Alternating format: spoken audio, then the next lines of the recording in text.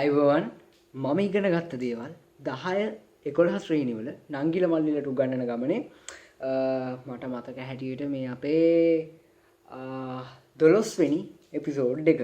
ඉතින් අතේ ඇඟිලිත් මදි පෙන්නන්න කමන්නේ මම පෙන්නන්නම් ඔන්න ඔහම 12. හරිනේ 12 වෙනි එපිසෝඩ් එක. ඉතින් මේ දක්වා අපි සාර්ථක ගමනක් ඇවිල්ලා තියෙනවා. ඔයගොල්ලන්ගෙනුත් හොඳ ප්‍රතිචාර ලැබෙනවා. සමහරු බලලා කමෙන්ට් දාලා තියෙනවා. මම එක කමෙන්ට් එකක් දැක්කා නම නම් මතක නෑ මට මේ අයිය රසාස්වාදයක් ලියන හැටි උගන්වන්න කියලා. අනිවාර්යෙන්ම මල්ලි මං හිතනවා මල්ලි කෙනෙක් කියලා. සමහර නංගි කෙනෙක් වෙන්න පුළුවන්. අනිවාර්යෙන්ම මම ඒක ගැන වෙනම වීඩියෝ එකක් කරන්නම්. ඒක මම පොඩ්ඩක් පස්සට දාන්නම්. ඒත් අනිවාර්යෙන්ම කරනවා. අනිවාර්යෙන්ම වීඩියෝ එක දානවා. ඊට කලින් අපි මේ පාඩම් ටික චුට්ටක් මේ කතා කරගෙන යනවා. රසාස්වාදය කියන එක රසාස්වාදයක් ලියන්න ඕගොල්ලන්ටත් පුළුවන්. හරිද?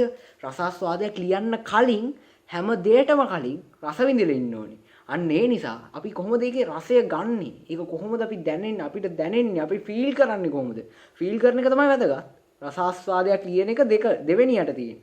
එක ෆීල් කිරීම. ඉතින් අපි ඉස්සරහම ෆීල් කිරීම හදාගෙන යන්න. එතකොට ඔබට පුළුවන් ඉබේම රසාස්වාද ලියන්න. ඉතින් අනික මම රසාස්වාද ලියන විදිහට ඔබ රසාස්වාද ලියන්න ඕනෙත් නැහැ. ඔබ රසාස්වාද ලියන විදිහට මම රසාස්වාද ලියන්න ඕනෙත් නැහැ. එහෙම කරද්දී අපි වෙන්නේ නිකන් අර එක මිනිහෙක්ගේ පස්සෙන් යන තව මිනිස්සු රොත්තක් බිහි වෙනවා. එහෙම නෙමෙයි. හරි. ඒ වුණාට මේ මම රසාස්වාද දෙන්න අදහසක් ගන්න මේ ඒ ගැන එපිසෝඩ් එකක් කරන්න. ඒත් ඒ හැම එකකටම කලින් වටින්නේ මේ අපි මේක ෆීල් කරන විදිය. අපි ඒ රසය ගන්න විදිය, රසය ආස්වාදනය කරන විදිය. ඉතින් ඒ නිසා අපි ඔක්කොටම කලින් ඒ ටික කරගෙන යන්න. ඉතින් මේ එපිසෝඩ් සීරීස් එකේම ඒ කියන්නේ 10 වසරේ සිංහල සාහිත්‍ය රසාස්වාදය කියන එකේ තව එක පාඩමක් කව කරන්න තියෙන්නේ. ඒ තමයි අර තුම්මන් හන්දිය කියන පොත. ඒක කරනවා ඊළඟට. ඒක කරනකම් දැන් මේක තමයි තියෙන අන්තිම පාඩම. ඒ තමයි මේක තමයි අන්තිම එපිසෝඩ් එක. කොහොම වුණත් මේක චුට්ටක් විශේෂ වෙයි. මම හිතනවා මේ එපිසෝඩ් සීරීස් එකේම මේක හොඳම වීඩියෝ එක වේවි කියලා. කියන්න බෑ ඉතින් ඒක කොහොම වේවිද කියලා. ඒත් මම එහෙම හිතනවා. මොකද කියලා කියනවා නම් මේ අද කතා කරන්න තියෙන පාඩම මම ගොඩාක් ආසම් පාඩමක්. වැරදි නැහැ මම කිව්වොත් මේ පාඩම මේ අච්චු පොතේ තියෙන මම ගොඩක් කැමතිම පාඩම කියලා. ඉතින් මේ අච්චු පොතට මේ වගේ පාඩමක් දාපු එක ගැනම මම ගොඩක් සතුටු වෙනවා, ආඩම්බර වෙනවා. ඒ වගේම ස්තුති කරන්නත් ඕනේ මේ පොතට මේ පාඩම ඉෂ්ට කරපු අයට. අද එනම් පාඩම මේ තමයි පාඩම. මම ආසම පාඩම ආසම කවිය කියලා මම කියන්නම් මේ අච්චු පොතේ තියෙන අලුත ගෙනා මනාලිය ජී.බී. සේනා නායක. අද කතා කරන්න යන පාඩමේදී අපිට කතා කරන්න දෙයක් තියෙනවා. ඇත්තටම අපි ගොඩ දෙනෙක් හිතනවා සමාජ වෙනස් වෙන්න ඕනේ, මේ තැන වැරදි, මෙහෙම දේවල් වැරදි, අපිට මේවා මීට වඩා හොඳට කරන්න පුළුවන්, මීට වඩා ලස්සනට හදන්න පුළුවන් කියලා. ඒත් ඉතින් මේ අපි ගොඩ දෙනෙක්ට සමහර ලාවට බැරි වෙනවා ඇත්තටම අපේ ජීවිතේදී ඒ වෙනුවෙන් යමක් කරන්න. සමහර ලාවට සමහරුන්ට බැරි වෙනවා ඒ ගැන නිකන් අනික් අය ඉස්සරහා කතාවත් කරන්න. ඉතින් ඒක හරිම දුක්ඛිත තත්ත්වයක්. මොකද අපිට පුළුවන් නම් මොනවා හරි දෙයක් අපේ සමාජයේ අපි ඒ හිතන තත්ත්වයට ගේන්න, හිතන මට්ටමට ගේන්න ඒක ගොඩක් හොඳ දෙයක් වේවි. ඉතින් එහෙනම් අපි පාඩමට යන්න කලින් රසාස්වාදනය තමයි වැදගත්. රසය විඳගන්න එක ෆීල් කරන එක. ඊට කලින් අපි පොඩ්ඩක් ගිහිල්ලා මේ හැඳින්වීමට ගිහිල්ලෙමු. ජී.බී. සේනානායක. අනිවාර්යයෙන්ම ජී.බී. සේනානායක කියන්නේ ගැම්මක්, කියන්නේ සුපිරිම ගැම්මක්. ජී.බී. සේනානායක ගැන මම මෙතෙන්දි මතක් කරන්න ඕනේ නැහැ. මොකද හරිනම් මම ඊට කලින් මතක් කරා වෙසක් පහන කියන කෙටි කතාවේදී මතකද? ඒකෙදි මතක් කරා ඊට කලින් නූතන සිංහල කවිය කියන හැඳින්වීම කොටසදී මතක් කරා. ඉතින් මේ විදිහට අපිට නිරන්තරයෙන්ම හම්බෙන චරිතයක් තමයි මේ ජී.බී. සේනානායක කියන්නේ. කොහොමද කවිය ගැන, සාහිත්‍ය ගැන කතා කරද්දී ජී.බී. සේනානායක කියන නම නැතුවම බැරි නමක්. මම හිතනවා ඔයගොල්ලන්ට මතක ඇති කියලා. මම ඊට කලිනුත් පොතක් පෙන්නුවා. මෙන්න මේ පොත. පලි ගැනීම. මේ තියෙන පොත. පලි ගැනීම. මේ පොතත් මේ සිංහල සාහිත්‍ය ඉතිහාසයේම සුවිශේෂී තැනක් සනිටුහන් කරපු පොතක් තමයි මේ පලි ගැනීම කියලා කියන්නේ. ඇත්තටම ගත්තොත් මේ ජී.බී. සේනානායක ගැන මේ මම එහෙමට ලොකු හැඳින්වීමක් මෙතෙන්දි දෙන්න ඕනේ නැහැ කියලා මම හිතනවා. මොකද මේ ජී.බී. සේනානායක ගැන මම කලින් එපිසෝඩ් දෙකකම කතා කරපු හින්දා. ඉතින් මම හිතනවා ඔයගොල්ලෝ ඒක බලලා ආවි කියලා. ඔගොල්ලෝ ඒක බැලුවේ නැත්නම් අනිවාර්යෙන් බලන්න. මොකද ඒ තැන් වලිනුත් ඔයගොල්ලන්ට ඉගෙන ගන්න ගොඩක් දේවල් තියෙවි. ෆීල් කරන්න ගොඩක් දේවල් තියෙවි කියලා මම හිතනවා. ඉතින් කෝකටත් අපි මේකේ පොඩ්ඩක් උඩින් පල්ලෙන් බලාගෙන යමු හැඳින්වීම ගැන. ඉතින් ජී.බී. සේනානායක කියන විශේෂම ගැම්මක් තමයි කියලා මම කියන්නේ. ඔහු අන්ධභාවයට පත් වෙනවා. අන්ධභාවයට පත් වුණාට පස්සේ ඔහුගේ කෘති අතරින් 20කට වඩා ප්‍රමාණයක් ලියවෙන්නේ ඒ අන්ධභාවය ඇතුළතදී. අපි බලමු පොඩි හැඳින්වීමක් එක්ක. ජී.බී. සේනානායක මහතා දිනවින පුවත්පතෙහි සංස්කාරකවරයෙක් විදිහට කාලයක් කටයුතු කරා. හරි. සෝත්සාහයෙන් දැනුම ගවේෂණය කරා. අපි ඒව ගැන ඔක්කොම කතා කරා. 1945 දී ජී.බී. සේනානායක මහත්තයාගේ පළවෙනි පොත පළ වෙනවා දුප්පතුන් නැති ලෝකය කියලා. ඒක කෙටි කතා සංග්‍රහයක්. ඊට පස්සේ 1946 දී පලි ගැනීම කියන පොත පළ වෙනවා. මෙන්න මේක විප්ලවීය පොතක්. සාහිත්‍ය ඇතුලේ ලොකු වෙනසක් කරපු පොතක් මේක. පලි ගැනීම. මේ පොතෙන් ජී.බී. සේනානායක හඳුන්වලා දෙනවා කාව්‍ය කියන ශේෂ්ත්‍රයට කවිය ඇතුළට අලුත් ආකෘතියක්. දැන් මෙච්චර කල් තිබ්බ සඳැස් ප්‍රීතිය බිඳලා නිසඳස කියන එක. එහෙමත් නැත්නම් නිදහස් කවිය ෆ්‍රී වර්ස් කියන එක එළියට එන්නේ මේ ජී.බී. සේනානායකගේ පලි ගැනීම කියන කෘතියෙන්.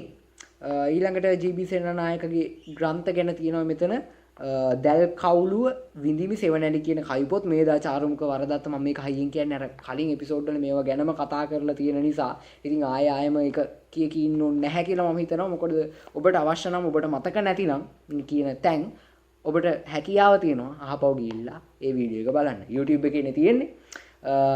ඒ නිසා මේ මම පොඩ්ඩක් ඉක්මනට කියාගෙන යන්න නැත්නම් ඔබටත් බෝරින් වෙයි මේ බලපු එකක්ම ආයෙ කියවනවා කියලා. ඉතින් අර කවි පොත් ටික මේදා චාරුමුඛ වරදත්ත අවරගිර රළබිඳුම කැකෑරිල්ල මලපුඩුව ජලගැල්ම බැඳුම රුව උරගල මදුපාණී කෙලෙස් අයුර එකට එක කියන නවකතා පොත්. ඒ වගේ මිතුරිය ගමන ඈත බැලුම නැටුම කියන කෙටි කතා පොත්. මල් කුමර රත්හඳුන් රූපේ මහලෝභය හාල්මස්සාහීනේ හා ඔබ කතාව කියන ළමා පොත්. ඒ වගේම රුබයියාට් කියන පද්‍ය ප්‍රථම වතාවට සිංහලයට පරිවර්තනය කරේ සේනානායක. නවකතා කලාව විචාර ප්‍රවේශය බටහිර ශ්‍රේෂ්ඨ නවකතා සාහිත්‍ය සේසත් සාහිත්‍ය විග්‍රහය සාහිත්‍ය ධර්මතාව සාහිත්‍ය දර්ශන සිතුවිලි වගේ සාහිත්‍ය ග්‍රන්ථ රසකුත් රචනා කරලා තියෙනවා. ඉතින් අර තැන්වලදී මිස් වෙච්ච පොඩි පොයින්ට් එකක් මෙතෙන්දි කියන්න. මේක මට මිස් වුණා. මේක මිස් වුණා නෙමෙයි. මේ තැන්වල තිබ්බේ නැහැ. මෙතන තියෙනවා.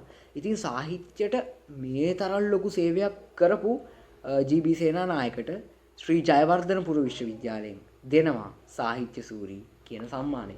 ඉතින් සාහිත්‍ය ගැන කටයුතු කරද්දී සාහිත්‍ය ගැන කතා කරද්දී ලොකු සම්මානයක් තමයි මේ සාහිත්‍ය සූරී කියන සම්මානය. වගේම තව සම්මානයක් තියෙනවා සාහිත්‍ය රත්න කියලා. ඒ කොහොම වුණත් ජී.බී. සේනානායකට හම්බෙන්නේ ශ්‍රී ජයවර්ධනපුර විශ්වවිද්‍යාලයෙන් නිකුත් කරන සාහිත්‍ය සූරී කියන සංග්‍රහය. ඇයි මේ සංග්‍රහය නෙමෙයි සම්මානය. ඇයි යාට මේ සම්මානය හම්බෙන්නේ? මේ සාහිත්‍ය කියන දෙයට සාහිත්‍ය කියන විෂයට කරපු අර අච්චරක් ලොකු සේවයේ හින්දා. ඊළඟ කතා කරගෙන යමු. එතෙක් සිංහල කවිය තුළ සාම්ප්‍රදායික ආකෘතිය. මේ චුට්ටක් වැදගත්. එතෙක් සිංහල කවිය තුළ සාම්ප්‍රදායික ආකෘතිය. ඒ වෙනකම් මේ කවිය ගොඩනගාගෙන ආපු අර යල් පැන ගිය එකම ආකෘතිය. හම්පඩ ගහපු ආකෘතිය. ඊළඟට වස්තු විෂය. මේගොල්ලෝ මේ වෙනකම් මේ කවියට පාදක කරගත් අත්දැකීම්. භාෂාව හා අලංකාර භාවිතය මුළුමනින්ම වෙනස් මගකට ප්‍රවේශ කළ මොහු අර්ථය පදනම් කරගත් ඛණ්ඩනයකට අනුව නිදහස් ආකෘතියක් ඔස්සේ ස්වකීය කවි රචනා කළේය. එතෙක් පැවතියා වූ සීමා සහිත කාව්‍ය වස්තු විෂය පතය අභිබවමින් ඒ වෙනකන් තිබ්බ මේ සීමා සහිතයි. ඒ සීමාව ඇතුලේ විතරයි මේ කවි ලියුනේ. ඒ අත්දැකීම් විතරයි ගත්තේ. ඒ ජී.බී. සේනානායක ඒ සීමාව කැඩුවා. එයා ඒ සීමාව වඩාත් පුළුල් කරගෙන ගිහිල්ලා පුළුල් හා සියුම් වූ පුද්ගල චෛතසික පුළුල් ඒ වගේම සියුම් හරි සියුම් පුද්ගලයන්ගේ මේ හැඟීම් මොකක්ද කරේ විවරණය කිරීමේදී ප්‍රථම වරට පෙළඹුණු කවියා විදියට අපිට ජී.බී. සේනානායක හඳුන්වන්න පුළුවන්. දැන් මේ අපි අද කතා කරන්නේ යන අලුත කෙනා මනාලී කියන මේ කවියත් ඇත්තටම මේ විදියට මාරම විදිය සියුම් මිනිස්සුන්ගේ හැඟීම් ජීවිතයේ ගොඩක් සියුම් තැන්වලදී අපිට හම්බෙන අපිට දැනෙන දේවල් තමයි මෙන්න මේ කියන කවිය තියලා තියෙන්නේ. ඉතින් අනිවාර්යයෙන්ම මේ කවියම උදාහරණයක් වෙනවා මේ ජී.බී. සේනානායක සියුම් පුද්ගල චෛතසික විවරණය කිරීමට පෙළඹුණු කවියෙක් කියන එක ඔප්පු කරන්න. ඊළඟට බටහිර සමාජයේ සભ્યත්වයේ කරණ කොටගෙන බටහිර සමාජයේ තියෙන අර සભ્યත්වයේ කියන සංකල්පය එහෙ තියෙන එක කරණ කොටගෙන සිංහල සමාජයේ සිදු සංකීර්ණත්වයේ වටහා ගනිමින් බටහිර ෆ්‍රීවර්ස් යන කාව්‍ය සම්ප්‍රදායේ නොමද ආభాසයත් පැරණි සාහිත්‍යයෙන් ලද ජීවිත පරිඥානයත් සම්මිශ්‍රණය කරමින් කවියට වෙනස් මුහුණුවරක් ලබා දුන් සේනානායක නූතන සිංහල කවිය වෙනස් මගකට ප්‍රවේශ කළා වූ ආරම්භකයා ලෙස සැලකිය හැකිය. ඉතින් ජී.බී. සේනානායක තමයි නූතන සිංහල කවිය වෙනස් මගකට අලුත්ම මගකට ප්‍රවේශ කරන්න ආරම්භය ගත්ත පුරෝගාමී පුද්ගලයා. ඉතින් එහෙනම් තියෙන්නේ මේ කවිය රසවින්දනයේට මටත් ඉවසිල්ලක් නැහැ මේ කවිය රස විඳින්න. මම හිතනවා ඔබටත් එහෙම ඉවසිල්ලක් නැතුව ඇති මේ කවිය රස විඳින්න කියලා. ඉතින් පොතේම තියෙන ගැම්මක් තමයි කවිය. සුපිරිම ගැම්මක් වෙන කවිය.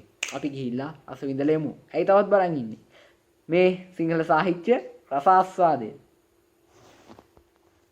ඔන්න එහෙනම් අපි අදගත්ම කාරණාව පටන් ගන්නයි යන්නේ. ඉතින් මම මේක කියෝගෙන යනවා ඉස්සෙල්ලාම. ඒ අතරමැද්දේ මම මොනවත් කියන්නේ නැහැ. මොකද අපිට මේ කවිය ගැන ගොඩක් දේවල් කතා කරන්න තියෙනවා පස්සට. අපි ඉස්සෙල්ලාම කවිය මේ රස විඳලිමු. ඉතින් මම මේ කියෝගෙන යනවා විතරයි මුකුත්ම කියන්නේ නැහැ. මොකද මම හිතනවා ඔබට ඒක රස විඳින්න අවස්ථාව සලසලා දෙන්න ඕනි කියලා. ඒකම මාත් රස විඳිනවා. ඔබත් රස විඳින්න සාවධාන වෙන්න. මොකද මේක ගොඩක් වටින වැඩක්. ඒ වගේම ගොඩක් ඉන්ට්‍රස්ටිං වැඩක්. එහෙනම් here we go. හිස නමා ගතිය. සිහින් රතැඟිලි පටලවා ගති. සතියකට පෙර ගෙනාවර විලිබරය මගේ රන්වන් මනාලිය. දැල්ති රස්සෙන් පෙනෙයි ඈ ඔබ යනු මොබේනු පටපිලීගෙන අබරණ පෙට්ටිගෙන ඇසේ නොපෙනෙන විටක් සාලයෙන් කාමරයට කාමරෙන් සාලයට යනපා හඬ මා වෙත එතත් ඈ උවමනාවක් කිසිත් නැතිවද නොරැඳෙයි පලායි ගෑවිලවුනෙහි නැත රන්වන් සමෙහි හෙළන සුස්මෙහි සුවඳයේ ඈ බඳ සුවඳ දැනෙන්නේ මට විතරද පෙනෙයි ඈ ඇසේ දැනෙයි මටකි හැමතැන. මම හිතනවා ඔබ ඒක හරියට වින්දා කියලා. කවන්නේ අපි තව පාරක් යමු. වෙන එක එපිසෝඩ් එකකවත් නොකළ විදිහට අපි දෙවෙනි පාරටත් කවිය කියෝගෙන එමු. හිස නමා ගතිය. සිහින් රතැඟිලි පටලවා ගති. සතියකට පෙරගෙන වර විලිබරය මගේ රන්වන් මනාලිය. දැල්ති රස්සෙන් පෙනෙයි ඈ ඔබ යනු මොබේනු පටපිලීගෙන අබරණ පෙට්ටිගෙන ඇසෙයි නොපෙනෙන විටත් සාලයෙන් කාමරයට කාමරෙන් සාලයට යනපා හඬ මා වෙත එතත් ඈ උවමනාවක් කිසිත් නැතිවද නොරැඳෙයි පලායි ගෑවිලවුනෙහි නැත රන්වන් සමෙහි හෙළන සුස්මෙහි පුසුඹයේ ඈ බඳ සුවඳ හෙළන සුස්මෙහි සුවඳයේ ඈ බඳ සුවඳ දැනෙන්නේ මට විතරද පෙනෙයි ඈ ඇසේ දැනෙයි මටගේ හැමතැන. ඉතින් මම හිතනවා මේක කියද්දී ඔයාගේ මනස ඇතුලේ එන ලස්සන චිත්‍රයක්ම වෙන්න ඇති. මම දන්නේ ඔබට එහෙමද කියලා. ඒත් මම හිතන විදියට අනිවාර්යෙන්ම එහෙම තමයි හැමෝටම. මට නම් හෙන ලස්සන චිත්‍රයක්ම වුණා. මාරයි. වෙනමම තැනකට අරන් යනවා. අර මං කලිනුත් කිව්වා මේ පුද්ගලයන්ගේ සියුම් චෛතසික අපිට අපේ හිතට දැනෙන හරිම සියුම් මේක එහෙම හෙන සියුම් තැනක්. තමන් මේ අලුත විවාහපත් වෙච්ච කෙනෙක් අලුතෙන් කසාද බැඳපු මිනිස්සෙක්ට තමන්ගේ බිරිඳ ගැන හිතන දේවල් හරිම ජීවිතයේ සියුම් ස්ථානයකදී ඒ මිනිස්සයාට දැනෙන හැඟීම් හරි ලස්සනට මේ කවියේ තියෙනවා. ඒත් එක්කම මාර වැඩේ කියන්නේ මේ ඒක අපිට දැනෙනවා විෂුවලයිසින් වෙනවා. චිත්‍ර රූප වෙනවා ඇස් ඉස්සරහම වෙනවා. ඉතින් ඒකත් එක්ක මම යෝජනා කරනවා මේ කවියත් එක්ක ගොඩක් දුර යන්න අනිවාර්යයෙන්ම. වගේ නිර්මාණ විඳින්න ඕනේ. ඊළඟට මේක ගැන කතා කරන්න අපිට ගොඩක් තියෙනවා කියලා මම කිව්වා. හොඳයි අපි ඒ ගැන කතා කරන්න පටන් ගමු. අනිවාර්යයෙන්ම කතා කළ යුතුයි. මොකද දැන් ලංකාව කියන්නේ මහා අමුතුම විදිය රටක්නේ. ලංකාව කියන්නේ හෙන අමුතුම විදිය රටක්. ඉතින් ඒ වගේ තත්ත්වකදී මට මේ අනිවාර්යයෙන්ම මේක ඔක්කොටම කලින් කරලා ඉන්න ඕනේ. මම කවුරුද දන්නේ නැහැ මේ කවිය මේ අලුත ගෙනවනාලීගෙන ජී.බී. සේනානායක කවිය මේ පොතට නිර්දිෂ්ට කළේ සිංහල සාහිත්‍ය රසාස්වාදය කියන මේ පොතට. ඉතින් ඒ නිර්දිෂ්ට කරපු කෙනාට නිර්දිෂ්ට කරපු මහත්මාට මහත්මියට ඇත්තටම ගොඩක් ස්තුතියි කියන්න මේක අවස්ථාවක් කරගන්නවා. මොකද මම ඉගෙන ගන්න කාලෙත් මම ඉගෙන ගන්න තාම ඉගෙන ගන්නවා තමයි. ඒ කියන්නේ මම මේ පොත පරිශීලනය කර මම ඉගෙන ගත්ත 11 වසරේදී ඇත්තටම මම හිතින් පින් දුන්නා මේ වගේ මේ පාඩම මේ පොතට නිර්දේශ කරපු එක ගැන. ඉතින් මම දන්නේ නැහැ මේක ඒ පාඩම තෝරපු කෙනා බලයිද කවදා හරි කියලා. ඒ කොහොම වුණත් මම මේක අවස්ථාවක් කරගන්නවා. ස්තුතියි මගේ ස්තුතිය පුද කරන්න. මෙන්න මෙහෙම එකක් මේ පොතට නිර්දේශ කරපු එකට මේ වගේ එකක් මේ පොතට දාපු එකට මම ස්තුති කරනවා. මේක නිර්දේශ මේ පොතට දාන්න කියලා නිර්දේශ කරපු කෙනාට ඒ වගේම අධ්‍යාපන අමාත්‍යාංශයට. ඒක එච්චරම ලොකු දෙයක් නෙමෙයි තමයි. මේ කවිය මහ ලොකු දෙයක් නෑනේ. ඇත්තට මේ කවිය ගැන ගත්තොත් ඇත්තට ෆීල් කරන්න දෙයක් තියෙනවා. ඒ වුණාට ඒ තරමටම මේ ලොකු මොකක්වත් නැහැ.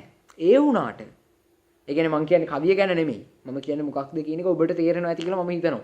ඒත් ලංකාවේ සමාජ තත්ත්වයත් එක්ක මේක හෙන ගත්තාම මේක හෙන කුණුහරුපයක් වගේ තත්ත්වයකනේ දකින්නේ. මොකද දැන් ලංකාව ගැන කතා කරනවා නම් අනේ ඉතින් මට කතා කරන්න ගත්තොත් ඉවර කරගන්න බෑ. ඒ නිසා මම කතා නොකර ඉන්න. අර එකපාරක් ගැව්ව හතේ අපේ පොත කියලා මගුලක්. අයියෝ ලංකාවේ දේවල් කරන මිනිස්සු. ඇත්තට මේ පොතේ ඇති මගුලක් නැහනේ. ඒක ගැහුවේ ළමයින්ට ලිංගික අධ්‍යාපනය ලබා දෙන්න කියලා. මම පොත අරන් බැලුවා. මම ඒක බලද්දී අපිට නෙමෙයි ආවේ. අපි ඒ විදි 10 නැත්නම් 11යි. ඇති මගුලක් නැහැ. මිලෝ දෙයක් නැහැ පොතේ. හරිනම් මේ පොත ඔයිට වඩා පොඩ්ඩක් ස්ටෑන්ඩඩ් වෙලා ගැම්මට හැදෙන්න ඕනේ. කවන්නේ 7 වසරේ හින්දා කමකුත් නැහැ කියලා කියමුකෝ. ඊට පස්සේ ඒක 8 වසරට එද්දි තව පොඩ්ඩක් ස්ටෑන්ඩඩ් වෙලා 9 වසරට එද්දි 8 අපේ පොත කියලා එකක් ගහලා 9 වසරට එද්දි 9 අපේ පොත කියලා ගහලා 10ට ඇවිල්ලා 11ට එද්දි තව ස්ටෑන්ඩඩ් වෙලා 12 දී 13 දී ගැම්මක් තමයි කියන තත්ත්වයට පොත හැදෙන්න ඕනේ. ඒ වගේ ලිංගික අධ්‍යාපනය දෙන්න ඒ වැඩපිළිවෙල. ඒත් මොකක්ද උනේ? අර මෙලෝ මගුලක් නැති අර පොත ඒක print කරලා ඉස්කෝල වලට බෙදලා ආයෙම එකතු කරගත්තා. ඉතින් ඒ වගේ රටක තමයි අපි ජීවත් වෙන්නේ. රටට වැරද්දක් කියන්න බෑ. රටේ මිනිස්සුන්ගේ හෙන මහා මොනවද මන් දන්නේ නැහැ. මන් දන්නේ නැහැ. ඉතින් අනේ මට මේවට කියන්න වචන නැහැ. ඉතින් හෙන මහා අමුතු ආකල්ප ටිකක් තියෙනවා. මම හිතන විදිහට වික්ටෝරියානු සුචරිතවාදය කියලා වචන පාවිච්චි කරන්නේ මෙන්න මේ කියන தත්ත්වයට වෙන්නේ. ලංකාවේ තියෙන තත්ත්වයට. දැන් ලංකාවේ දැන් මේ හොඳම උදාහරණේ ආදරය, ලව් ඔය වචනෙම දකින්නේ ඔය වචනෙම ආදරය කියන වචනෙම ගොඩක් දුරට දකින්නේ අනේ එපා, අනේ හොඳ නෑ, නරක දෙයක්, අන්නේ වගේ ගොබ්බ මානසිකත්වයකින්. ඊළඟට අපි ගත්තොත් සෙක්ස්, ලිංගිකත්වය. ඔය වචනේ ගත්තාම අන්නේ අම්මෝ නිකන් කියලා බලන්නකො සෙක්ස් කියලා. ඔය පාරේ කොහේ හරි යද්දි. හෙන නිකන් මිනිස්සු නිකන් උඩ විසික් වෙනවා. නිකන් හරියට නිකන් අසභ්‍ය දෙයක්, හොඳ නැති දෙයක්, කුණුහරුපයක් කිව්වා වගේ. ඉතින් ඒත් මම නම් ඔබට කියන්නේ වචන කියන්න ගැම්ම හදාගන්න. මොකද මේ කුණුහරුප නෙමෙයි. මේ අපි හැමෝටම පොදු, අපි ගොඩක් ආස කරන, අපේ ජීවිතයට ගොඩක් ඕන කරන දේවල්. ඉතින් මෙන්න මේ අලුතගෙන මනාලී කියන නිර්මාණය ගැන අපි කතා කරමු. ඒකත් එක්ක සමාජය ගැනත් පොඩ්ඩක් කතා කරන්න ඕනේ අනිවාර්යෙන්ම. මොකද මගේ හෘද සාක්ෂියට එකඟව නම් මම වැඩේ හරියට කරා කියලා තේරෙනවා. මම මේ ටික කියන්න ඕනේ. මොකද මේ අලුතගෙන මනාලී කියන පොතේ ආදරය තියෙනවා, රාගය තියෙනවා.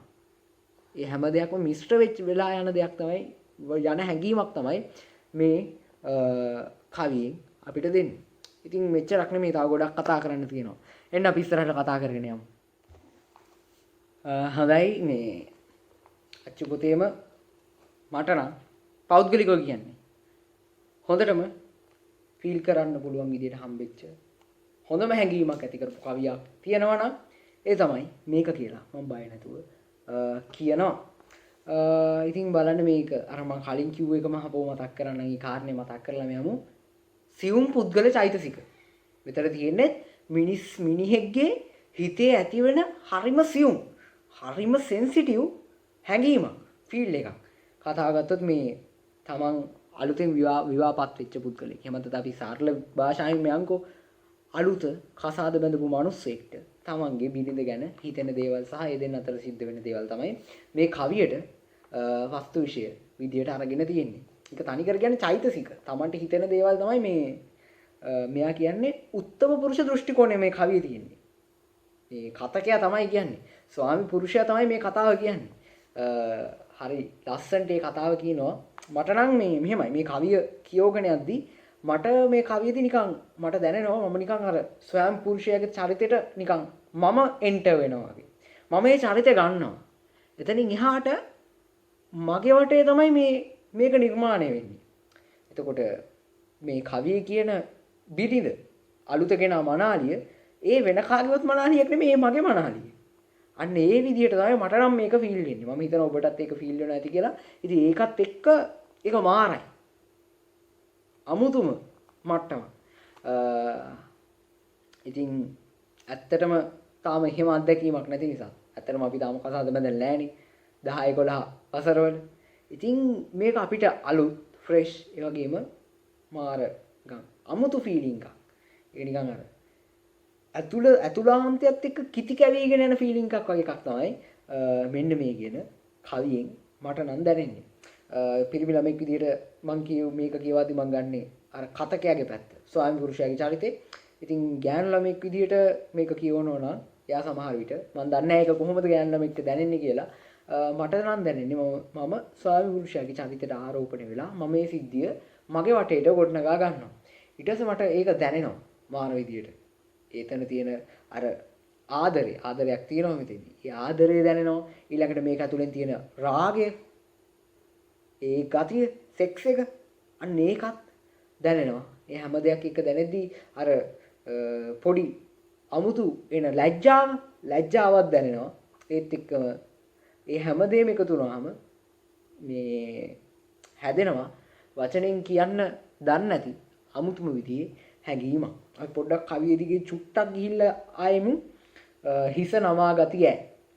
සිහින් රතැඟිලි පටලවා ගති සතියකට පෙරගෙන ආවර විලිබරේ මගේ රන්වන් වනාලිය. එයා මොකද්ද කරන්නේ සතියකට කලින් තමයි මේ දෙන්න කසාද බැඳලා මනමාලිව දැන් එක්කගෙන එනවා ගෙදෙට්ට. ඉතින් එයා ගෙදෙට්ට එක්කගෙන ආවට පස්සේ මනමාලිට දැන් හරි ලැජ්ජයි. ඒ ලැජ්ජාවත් අපිට දැනෙනවා මේ කවියේදී. ඒ තරම් දුරට මම හිතනවා මේක සාර්ථකම කවියක්. කවිය මෙතෙන්දී තමන්ගේ කාර්ය සාර්ථකවම කරලා තියෙනවා. ඉතින් මෙයාට හරි ලැජ්ජයි. ලැජ්ජ නිසා යා හිස නවාගෙන මේ මනාලියගේ හීනි රතු පාට ඇඟිලි එයා පටලවගෙන හරි ලැජ්ජාවෙන් තමයි ඉන්නේ. ඊළඟට දැල්ති රස්සෙන් පෙනෙයි ඈ ඔබ යනු මොබේනු. මෙයා බලන් ඉන්නවා. අලුත කසාද බැඳපු කෙනෙක්ගේ මානසික තත්ත්වය. එයා තමන්ගේ බිරිඳ දිහා එහෙම නැත්නම් තමන්ගේ මනාලිය දිහා බලන් ඉන්නවා. සමහර විට හොරින් වෙන්නත් පුළුවන් සමහර විට. ඉතින් හොරෙන් බලන්න ඕනේ නැහැනේ ගෙදර ගෑණි දිහා. ඉතින් මේ බලන් ඉන්න දොරේදී අස්සෙන් එහෙම මෙයාට පේනවා. එයා එහෙට මෙහෙට යනවා. මොනවා කරගෙනද අර පට පිළීගෙන එක එක රෙදි අරගෙන ආභරණ පෙට්ටි අරගෙන සමහර විට මේ මෙතනින් කියන්නේ අර දැන් කසාද බැඳලා ආවට පස්සේ හම්බෙච්ච තෑගි භෝග ගැන වෙන්න උනත් පුළුවන්. ඒක නම් ඉතින් මට දැන් හිතෙන දෙයක්. ඒක මට එහෙමමයි කියලා කියන්න බෑ. ඊළඟට ඇසෙයි නොපෙනෙන විටත් සාලයෙන් කාමරයට කාමරෙන් සාලයට යන පාහඬ. මට යාව පේන්නේ නැති වුණත් පේන්නේ නැති තැනක හිටියත් මගේ කන් වලට හැමතිස්සෙම ඇහෙනවා. එයා සාලේ ඉඳන් කාමරයට යන සද්දෙයි කාමරේ ඉඳන් සාලෙට එන සද්දෙයි. එයා ඒ තියෙන අඩියක් ගානේ මගේ කන් වලට ඇහෙනවා. ඒ තරමටම මෙයා එයා ගැන සිහියෙන් කල්පනාවෙන් ඉන්නේ. කොටිම කියනවා මෙයාගේ හැම සිතුවිල්ලක්ම තියෙන්නේ ඒ අලුතෙන් අරන් ආපු මනාලිය ගාව. ඉතින් මේ ඔහොම පටන් ගන්න විවාහ ජීවිත. ඔහොම පටන් ගන්න කසාද ජීවිත දිගින් දිගට මේ විදිහටම තියෙනවා නම් කොයිතරම් දෙයක්ද. ඒත් ඉතින් ගොඩක් බහුතරයක් ඒවා. මම කියන්නේ හැම එකක්ම කියලා. බහුතරයක් ඒවා ඉතින් මැද්දේදී ඩාම් වෙනවා ඩූම් වෙනවා වෙලා පොඩ්ඩක් ඒක මේ ඊට පස්සේ විවාහ සංස්ථා දෙදෙරලා යනවා. ඉතින් ඇත්තටම මේ වගේ තත්ත්වයක්ම දිගටම අපිට පවත්වාගෙන යන්න පුළුවන් නම් ඇත්තටම මේ පෞල් ප්‍රශ්න කියන ඒවා සහ මේ පෞල් ඇතුළේ ඇතිවන ආරවුල් ගොඩාක් දුරට අඩු වේවි. ඉතින් මෙයාට දැන් කොහොම හරි මේ දැන් මේ පේන්න නැති වුණත් ඇහෙනවා. ඒ තරම් මේ අවධානයෙන් ඉන්නේ හැමතිස්සෙම මෙයාගේ හිත හැමතිස්සෙම තියෙන්නේ අර අලුතෙන් අරන් ආපු මනමාලි ගාව. ඉතින් හිතලා බලන්න මේ වෙනකන් ඉතින් තමන්ගේ ජීවිතේ තමන්ට හම්බෙච්ච නැති දෙයක් නේක. සමහර විට මේගොල්ලෝ කාලයක් තිස්සේ ආදරය කරලා වෙන්න පුළුවන්. ආදරය කරලා කසාද බැඳලා එහෙම තත්ත්වයක් වෙන්න පුළුවන්. එතකොට ඉතින් ඒක නිකන් තමන් පෙරම් පුර බලාගෙන හිටපු දෙයක් ලැබුණා වගේ. ඒත් ඉතින් එහෙනම් මේ තරමටම ඒත් ඉතින් ආදරය කරලා බැඳුණත් කසාද බැඳලා පස්සේ යම් කිසි ලැජ්ජාවක් වගේ එකක් තියෙනවනේ. ඒත් සමහර විට මේකෙන් කියන්නේ යෝජිත විවාහයක් ගැන වෙන්නත් පුළුවන් මේ කියන විදිහට. ඒක ඉතින් කවිය කියලා නැහැ. ඒ නිසා අපිට ඒක හිතා ගන්න වෙනවා. ඉතින් දැන් කොහොම හරි ඒක අලුත් දෙයක් ජීවිතයට ඇවිල්ලා ඉතින් ඒ වගේ තත්ත්වකදී කොහොමද මෙයාට ඒක දැනෙන්නේ කියන එක හරිය ලස්සනට මේ කවියේ තියෙනවා. ඊළඟට මා වෙත එතත් ඈ. එයා මල් ළඟට එනවා. උවමනාවක් කිසිත් නැතිවද නොරැඳී පලායේ. ඒක හරිය ලස්සනට සියුම්ම රාගය මතු කරනවා. ඒත් එක්කම මාර ලස්සන ඒක නිකන් අමුතු කිචියක් එක්ක තමයි අපිට මේ වගේ දේවල් දැනෙන ජීවිතේ. එයා මල් ළඟට එනවා. ඒත් මේ කිසි ඌමනාවක් නෑ වගේ ඉන්නේ නෑ. දුවලා යනවා. ඉතින් මෙයා මෙතෙන්දී වක්‍රෝක්තියකින් කියනවා මම කැමති එයා මල් ළඟට වෙලා ගොඩක් වෙලා ඉන්නව නම් කියලා. ඌමනාවක් කිසිත් නැතිවද? එයාට ඕන නැද්ද මල් ළඟට එන්න? නොරැඳී පලායි. එයා නිකන් මල් ළඟට ඇවිල්ලා ඌමනාවක් කිසි ඌමනාවක් නැහැ වගේ ඉන්න නැතුව පැනලා දුවනවා. ගෑ විලවුනේහි. එයා ගාලා තියෙන එයාගේ සෙන්ට් එකේ. නෑ ඒ සෙන්ට් එකේ සුවඳ නෙමෙයි. රන්වන් සමෙහි එයාගේ හැමෙන් එන සුවඳ. හෙළන සුස්මෙහි සුවඳේ. එයා හෙළන ඒ සුසුම් වල එයා හෙළන සුසුම් වල තියෙන සුවඳ. ඈ බඳ සුවඳ. එයාගේ ඇඟේ තියෙන සුවඳ දැනෙන්නේ මට විතර. එයාට දැනනවා නිකන් තමන්ගේ මනාලියගේ ඇඟෙන් මාර සුවඳක්. ඒක මේ සෙන්ට් සුවඳ නෙමෙයි. හරි? ඒක නිකන් ඒ පුද්ගලයාකින් වෙන සුවඳ. මනාලියකින් වෙන සුවඳ. එයා ඒක අහනවා. ඒක දැනෙන්නේ මට විතරද? පෙනෙයි ඈ. මට එයාව පේනවා. මට එයාව ඇහෙනවා. එයාගේ කටහඬ ඇහෙනවා. දැනෙනවා. මට එයාව දැනෙනවා. මේ මුළුගේ හැම තැනම හරි සුන්දර හැඟීමක් එක. හරි මට දැන් කියාගන්න ඇත්තට වචන නැහැ. මේ වගේ හැඟීම් පැහැදිලි කරන්න භාෂාවට බෑ. භාෂාවට පවර් එක නැහැ. මේවා ඒ භාෂාවත් ඉක්මවා ගියපු හැඟීම්. මේන හැඟීමට දෙන්න නමකුත් නැහැ. මේ හැම දෙයක්ම මිශ්‍ර වෙච්ච ආදරය, රාගය, ශෘංගාරය, ලැජ්ජාව ඔය හැම දෙයක්ම මිශ්‍ර වෙච්ච හැඟීමක් මෙතෙන්දී අපිට මේ කවියෙන් දැනෙනවා. හරි ලස්සන කවියක් කියන එක තමයි කොහොම වුණත් කියන්න තියෙන්නේ. මම ඔබට යෝජනා කරනවා මේ කවියෙන් මේ දෙන හැඟීම විඳින්න උපරිමයෙන් විඳින්න. සමහර විට මේ කවිය කියවද්දී ඔබට යම්කිසි වරදකාරීත්වයක් නිකන් දැනෙනවා ඇති. අනේ මේක කියවන්න හොඳ නැති එකක් නේ වගේ හැඟීමක් පොඩි. නිකන් ඔබ දන්න ඔබ ආසයි. මම දන්න එක කොහොමද? ඔයත් කැමති මාත් කැමති. ඒත් නිකන් මේක කියවද්දී නිකන් අනේ මේක හොඳ නැති දෙයක් නේ වගේ පොඩි අන්න ඒ වගේ පොඩි ගිල්ටි ෆීලිං එකක් සමහර විට එන්න පුළුවන්. ඒත් මේ එහෙම එකක් නැහැ ඇත්තටම. මේ ආශ්‍රය කරන්න. මේ තියෙන්නේ මිනිස්සුන්ගේ ජීවිත. අපි හැමෝටම පොදු. අපි හැමෝම ආස කරන අපි හැමෝම බලාපොරොත්තු වෙන අත්දැකීම්. මේ හැඟීම් තමයි මේ කවිය අස්සේ තියෙන්නේ. මේ වගේ දේවල් ඇතුළේ තියෙන්නේ. ඉතින් මම ඔබට යෝජනා කරනවා මේකේ තියෙන හැඟීම උපරිමයෙන් විඳ ගන්න කියලා. දැන් සමහරු හිතන් ඉන්නවා සමහර දෙමව්පියොත් මෙහෙම හිතන් ඉන්නවා. සමහර දෙමව්පියෝ හිතන් ඉන්නවා තමන්ගේ ළමයි ගැන. තමන්ගේ ළමයි සමහර විට අවුරුදු 16 17 වුණත් සමහර දෙමව්පියෝ බලාපොරොත්තු වෙනවා 20 ගණන් වුණත් තමන්ගේ ළමයි නිකන් ආදරේ කිව්වොත් අයියෝ ඊයා මොකක්ද ආදරේ කියන අපෝ හොඳ නැහැ. ඊට පස්සේ රාගය කියන්නේ අපෝ හොඳ නැහැ. සෙක්ස් අපෝ හොඳ නැහැ. ඔන්න ඔයගේ මේ තත්ත්වයක ඉන්න ඕනේ කියලා. ඔබ මේක අහන දෙමව්පියෙක් නම් මම ඔබට යෝජනා කරනවා අනිවාර්යෙන්ම ඒ ගැන දෙපාරක් හිතන්න. එහෙම වෙන්න එපා. ඒ වගේ ආකල්ප දරන්න එපා. මොකද ඔබ හරිද කියලා ආයම් පාරක් ඔබම හිතන්න. අපි මේ වගේ නිර්මාණ ආශ්‍රය කරන්න ඕනේ. මේ වගේ හැඟීම් අපේ ඇඟ ඇතුලෙන් එන දේවල්. අපිට ඕන දේවල් අපිට දැනෙන දේවල්. ඉතින් අපි මේ දේවල් ඒ විදිහට ඒ දේවල් අපි ආශ්‍රය කරන්න ඕනේ. ඉතින් ආදරය කරන්න ඕනේ. ආදරය දැනෙන්න ඕනේ. ඒක විඳින්න ඕනේ. ඒ වගේ තමයි මේක. මේ වගේ දේවලුත් අපි ෆීල් කරන්න ඕනේ. එහෙම ආදරේ අම්මෝ එපා. මේ ලිංගිකත්වය අම්මෝ එපා. එහෙම වෙන්න ඕනේ නැහැ.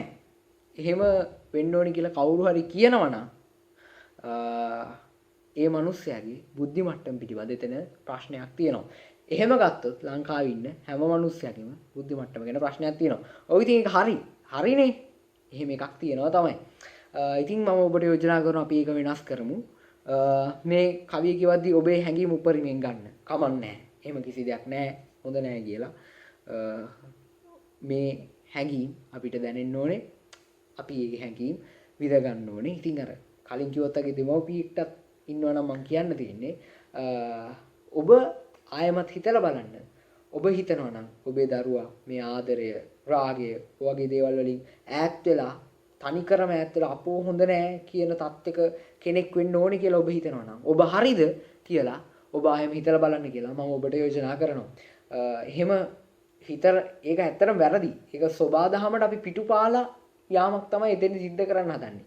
ඉතින් එහෙම මිනිස්සු හදන්න යන එකෙන් ඊට පස්සේ පහු වෙද්දී එන ලොකු ප්‍රශ්න වෙනවා. ඒක වෙනම කතාවක්.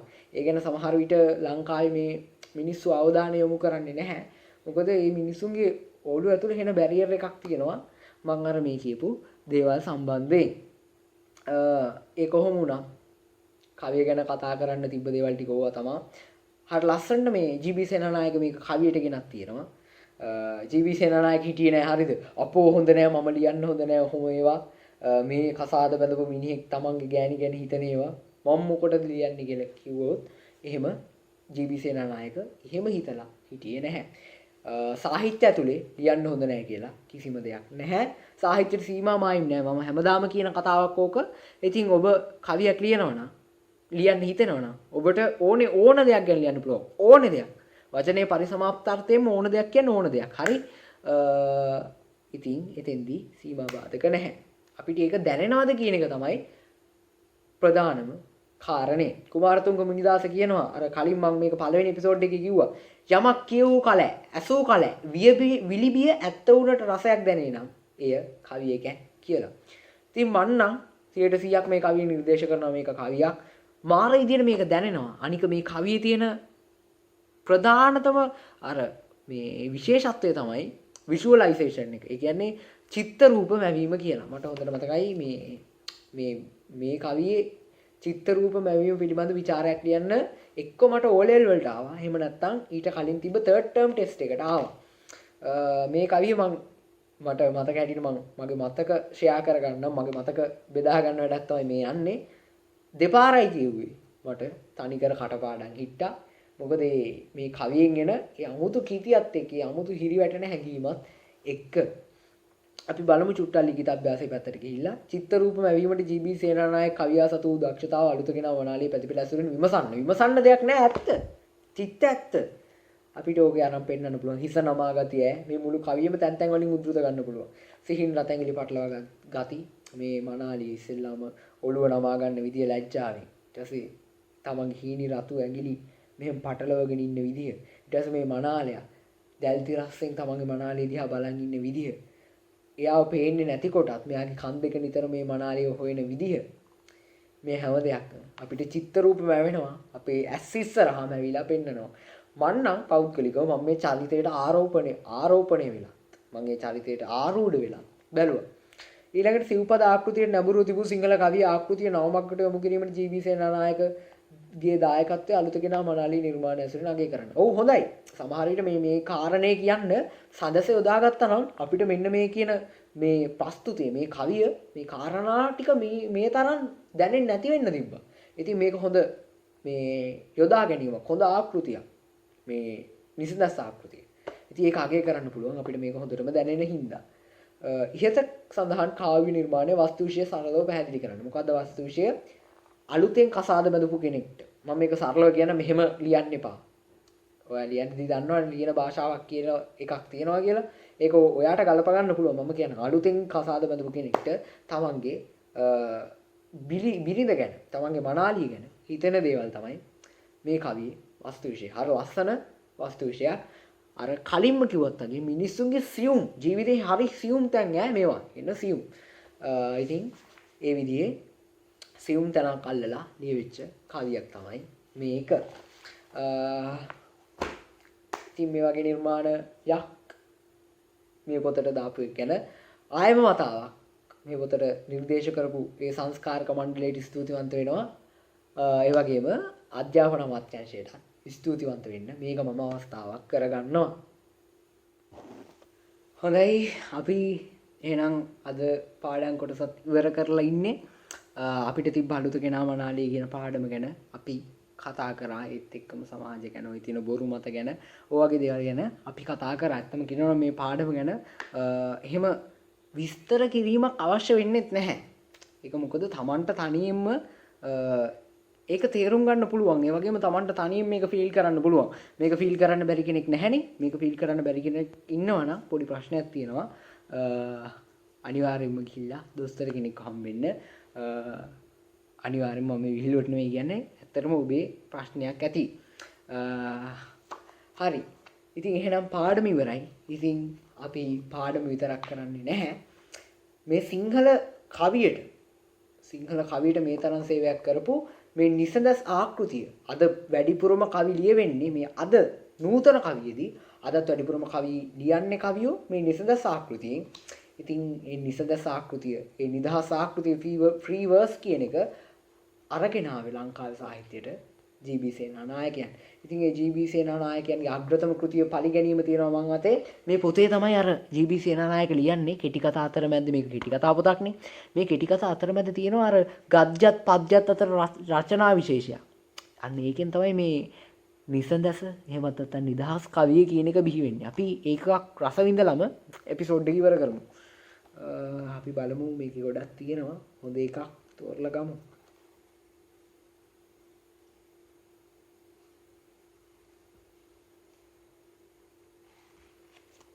රුව දැකීම කියලා එකක් තියෙනවා. අපි ඒකට ඒක ගමු. මේක කාලයක් A level අර මේ නූතන පද්‍ය සංග්‍රහයට මේක නිර්දේශ කරලා තිබ්බා. ඔන්න එන විඳ ගන්න. රුව දැකීම. රන් හැට්ටේ ඇඳ රන් පටියෙහි දිග කඩුව බැඳ අසුපිට නැගුණු කුමාරයා ගම් නියම් ගම් රාජධානි පසු කොට ගියේය. පස්වසක් ගමන් කළ ඔහු විවාහ කොටගත් කුමරිය ගෙනීමට තවත් පස්වසක් ගත විය. එවැනි රුවක් නොදිටිමුයි ඈගෙන අදින පුරවැස්සෝ කීහ. එදින සවස් කල පුරදොර අසලදී රජගෙදර දොරටු පල්ලාගේ දුව භද්‍රා කුමරුට හමු විය. තී කවුදැයි ඔහු විශ්මයෙන් නැසීය. තිගේ වැනි රුවක් මම කිසි කලක නොදුටිමි. ඒකේ ලොකු දෙයක් කියනවනේ බලන්න. සමහර විට අර කුමාරයා අර අච්චර අවුරුදු 5ක් තිස්සේ ගිහිල්ලා ඒ හොයාගෙන ආපු කුමරියට වඩා ලස්සන කුමාරියක් හම්බෙනවා මේ රජතුමාට. මේ තමන්ගේ ගෙදර උයන් පල්ලගේ දුව භද්‍රා, දොරටු පල්ලගේ දුව භද්‍රා. ඉතින් ඒකෙන් කියන්නේ අපි හොයන දේවල් ගොඩක් දුරට තියෙන දුර නෙමෙයි, අපි ළඟමයි කියන එක. ඇත්තටම ඉතින් ඒක අපේ ජීවිතවලදී සමහර ලාවට අපිටම තේරිලත් තියෙනවා. සමහර තැන්වලදී අපි හොයන දේවල් තියෙන්නේ වැඩි ඈතක නෙමෙයි, අපේ ළඟමයි කියන එක. අපි තව එක කවියක් ඔන්න ඔය බලමුනේ. මට හිතෙනවා තව එක කවියක් කියවන්න.